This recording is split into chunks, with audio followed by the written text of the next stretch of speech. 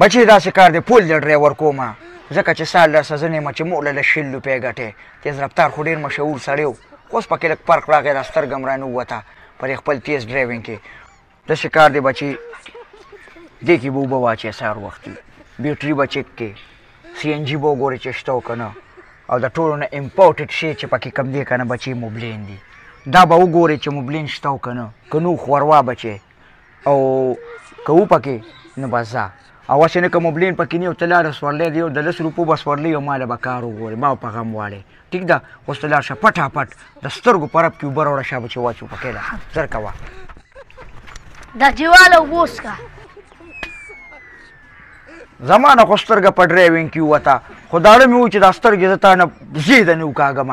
د خدای نیکبخته ته وایم اوبه راوړه چې دې ګاډي کې واچو تا ما پسې راوړې دا خو سهار وختي دي اوس مې چیو نه څښله او نسوار مې ولګول تا مالې اوس اوبه راوړې شابه لوټه کې اوبه راوړه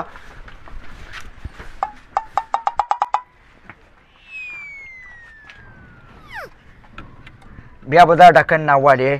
داسې چې ګډ وډې پې ونه لګې ګوره دا هم 50 روپۍ دي ښه دا پیټ شو داجي ولې زموږ ګاډي اوبه څښي څه ګوره بچې چې سهار وختي د باندې را باندې کړمه نو هسې بده خبره ده دا ګاونډیان به وایي یاره روزانه دوی کره غوبه دي سکول خو دې پرېښوده اړه دې را لوچو نه تلې که نه سهار له به ما ګناهګارې دا ته ما پوهې نه کړه چې دې کې به اوبه اچې که را باندې را باندې کړم او دلته دې دونه ولغړوم لکه دا ځای او بیا دا ځای داجي نو مونږ ته څه پته وه د احمد علي د ګاډي سنجي خوري او زمونږ هغه اوبه هلکه ځه که نه ځه که نه لاسه مې 302 کېږي که نه سهار وختي دی ځه که نه زما زغو مې رو کار پرېښوده ځه ځه ته د ګاډي دی ځه رم راله پوخ کړه میاندو او بچو را لړه والې دی والله چې سلام علیکم تیز رفتار استاد څنګه ښې خیر بچې ستړی مه شې څنګه ښې تیز رفتار استاد دا سترګه دې ولې دا بچې داسې کار خو نه دی که نه تا ته خو پته ده تیز رفتار ته خو اندازه وایله که نه هغه ورځ مې ستا هغه پلار نوړو په دې ګاډي کې یاره د هغې نه چې څنګه رالم یو جنج کې مې ریشتو مړه بس یو پراډو واله را سره ویش ما والله کې رانه مخکې کې ما څه خو سورلی وي ما ته وایي تیز رفتار وي دا زه څورم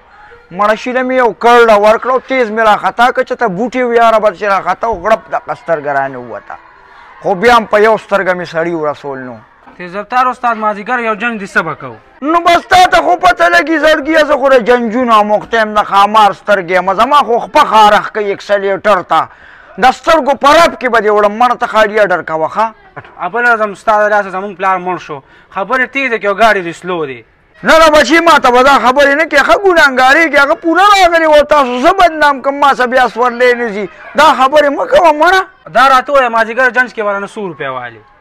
نو خورئیه داسې کار دی ګوره څه چې نورو ګاډو له خلکه ورکوي هغه به ته مال هم راکړې که نه استاد نور خلکو خو اکسلیانې پرچونرې کړي تاسو خو یې پکس دی ګوره بچې نو چې زه دا اکسلیانو پارچونرو کې ګرځوم خو زما د ګاډي نصیب خرې ته پېښه چې دا ګاډی اون دی دا خبرې ما ته مه کوه په دې زه ډېر سخت بېسوره کېږم زه ځان له جز وکړه زه د سارو ځمه نو استاد ته خو پکې ایله شوې بچې ګوره داسې کار نه ده کېلو خبره نه ده که نه دا خو داسې شوله که تا چې زما ګرېوان ته لاس واچو استاد خفه کېږم زم در سره د یو سترګې نه خو ته خلاص شوې کو په دې دویمه سترګې کې دې ما شول وي د دې به څوک ذمهواري